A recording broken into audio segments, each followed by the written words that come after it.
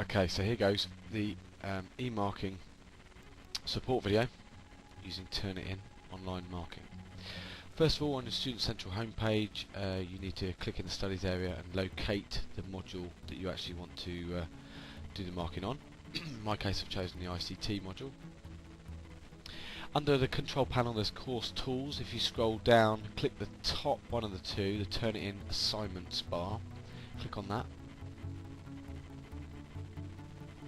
That will give you your options, so wherever you've put the assessment, your assessment will show there. I've put an e-marking test down, so it's a hopefully no one will upload anything to it.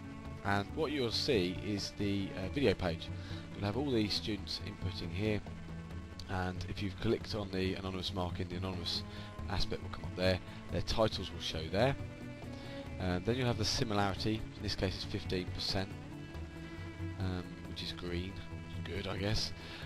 Then a grade, obviously that will come in later. A response if they've seen it. The file, the paper ID, not their student ID, and the date they uploaded the item. So you click on the title, and it will come up with a box, and in the box there'll be a prompt which comes every time about how to start. So use that if you need help. If not, close it, and then make the screen bigger. That always helps. And you can actually adjust the size of the work by going to this bar at the bottom here and dragging that across to make it bigger. So there's all the work, and it is whatever format they put in. You click on the three bits up the top here for originality. So if I want to look at the originality first, which is what I like to do, is to have a look, see how original their work is, have a quick look at their reference list at the bottom as well. And I can scroll down and it'll actually highlight for me where each of these aspects are in their text, where they've got them from. And you know, if you haven't seen this already, this is be new to you. You want to click on grade mark for your online. The peer mark I generally leave alone, but you click on grade mark and you can then start where you want to start. Just click in anywhere on the text and you can start writing. So introduction wise, I might want to put this is a great introduction, and just press save, and that will save it as a little caption. When you hover over it, it'll appear, and you can drag and drop, just move it where you want to move it, and like I say, it will appear. If you want to edit it, just click back on it. Oh, I changed my mind, it wasn't actually great, it was fair, so I'm going to change that. Excuse me. I might add a bit more detail, and then just click save if you wish.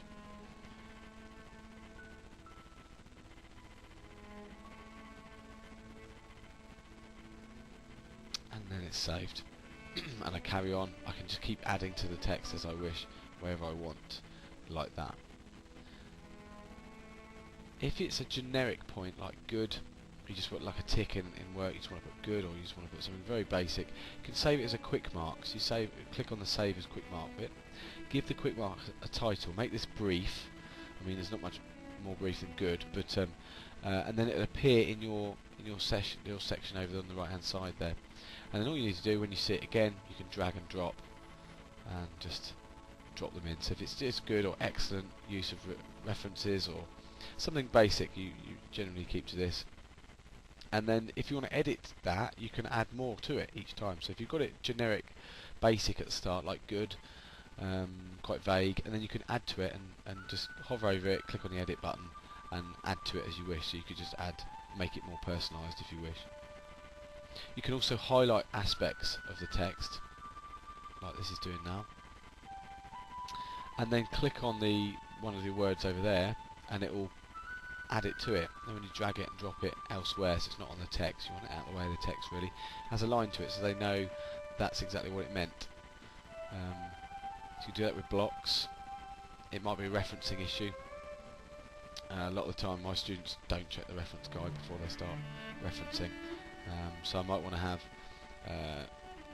relatively long-winded passage here, it's not that long-winded, and then save it as a quick mark in the little caption there, and just put referencing or reference issue or whatever it is, and it will save as a referencing, and then you again will be able to find it in the quick mark bar over the right hand side, and if you wish you can drag and drop it into the text.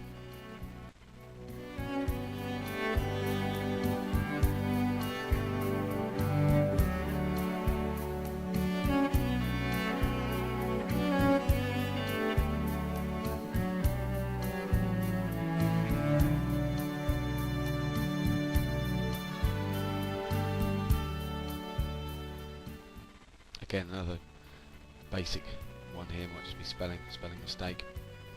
I can highlight the exact place, or I can just add it at the start of the sentence that the spelling mistake occurred, or I might not want to add it at all.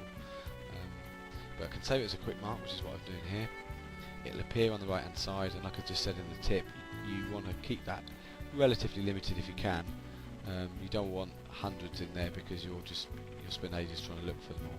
So keep 3's not enough, but you will add to them as you go through. So as you go through the first, second, third one, you'll add to them. The bar that I've just highlighted there, you can also click to add a comment, or just click on the text in the actual screen.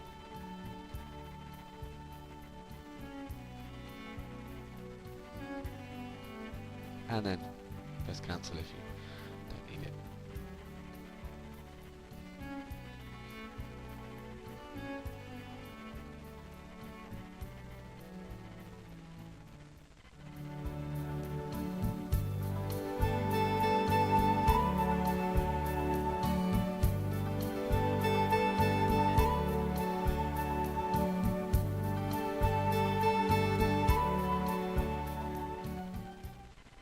Okay, so another general comments is a second bar along at the bottom there.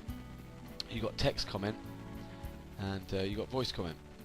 You can do either, and it's up to you which style you choose. You've got 3 minutes audio if it's voice comment, and you can pretty much write what you like if it's written comment. 5,000 characters, I think. So here we go. You click on the button there, or you can just press the button in the box and start typing. So you've got 5,000 characters, and it gives you the total on the right hand side as it goes up.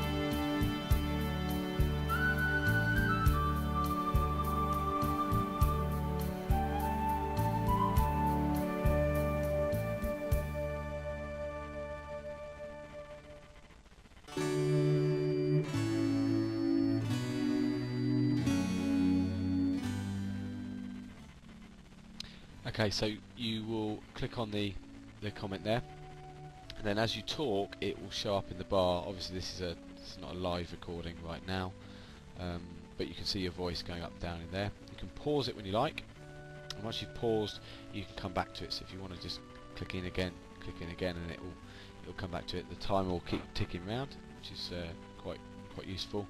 3 minutes doesn't seem a long time, but you can generally get down what you want to get done in that time, and you do get better at it as well. You get a bit more concise with what you say. Click the stop button when you want to press stop, and you can bin it if you want to get rid of it straight away, or you can play it back, have a listen to it if you wish, scroll through with that scroll bar to get to the point you want to look at, or once you're ready, once you're done, you've checked it, you can press save button. It will take a few moments. You will probably see here preparing to save. It takes a few seconds to save it, but there we go. Once it's saved, it's done, it's in, and you can have written and audio feedback. You can have both. What I like to do is I like to put a 0 in the mark once I've marked it. So once I've done the audio comment at the end, or the written comment at the end, I like to put a 0. Now this is really for second marking purposes. I might have a chance to come back to that later. The third bar on the column there is on the row there is about the comments list. You can have a look at all the comments you've made, where they are, how many comments per page, that kind of thing. So you've got like a summary of what you've already added in. That's the quick marks that you added in earlier.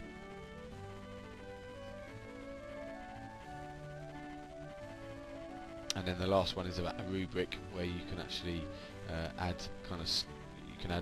definitions to create a score for you and things like that, which currently I don't do. I might do a different video for that when I've tried it. Yeah, it is anonymous. That's what we'll see on the work if the anonymous marking has been allowed. If it hasn't, that will be the student's name. And you've got two options down below here. You've got obviously view information about this paper, which looks a bit like this. So you've got plenty of information there. You've got the word count there, character count, how many submissions, how many times they put it through, when, the time, percent of originality, where it's from. It's really good. It's interesting how many quick marks are on it. And then you've got the print options. You've got two options there, obviously. Digital receipt for printing, or you can view. The top one's probably the best bet. And it will come up with an option to there's the option, excuse me, an option to save. That's the best bet. Save it, or in my case I've just opened it and it should open up a PDF file for you. So that's what it looks like. They've got their title on there, and again, anonymous marking enabled, that to have their name underneath. It does this for all of them, and it tells you a little bit of information there, which is good, and then it has the actual write-up. Obviously that's my bit of work there, no scrutiny of that hopefully. You can see all the comments you've made, all the quick marks you've added, but you can't obviously interact with them because it's a PDF, so you can't hover over them to see, but that little box bit there shows that you've written an extra mark to it. That's how they highlight the whole, when you highlight the whole sentence, that's how it looks in this part of it, so you know as a student reading it, or as an instructor, you know that that's what you're going to see at the end. And then scrolling all the way through it, at the very bottom of the work, after everything, will be your mark, which in this case is 0, because obviously I haven't given it a mark. Once you've had all the second mark confirmed, you give it a proper mark. Then you get your general comments that are written, and then it will tell you whether there's a voice comment added or not, which you obviously can't get through a PDF, but you can access. If you're an instructor, you can access it another way. And that's pretty much it in this sense for the saved copies. As I said earlier, you can add the grading at that point, just change it, and then when you're done, you just click out. The only saving you have to do is for the general comments, the audio general comment and the written general comment. Then when you click out of it, if you just refresh click the assignment inbox there, and it will refresh, and it will just put the mark in that you've given it. So students can't see those marks until the post date. So whatever post date is that you've set, maybe it's 4 weeks after the submission date, then that's when they'll see that mark, and that's also when you'll see who wrote which assignment. Last thing on second marking, what I've seen works quite nicely is a second marker can write their name in here and just put a final comment. I've written a very brief comment there, but they can add a comment in if they want to make it more long-winded. They can just press save.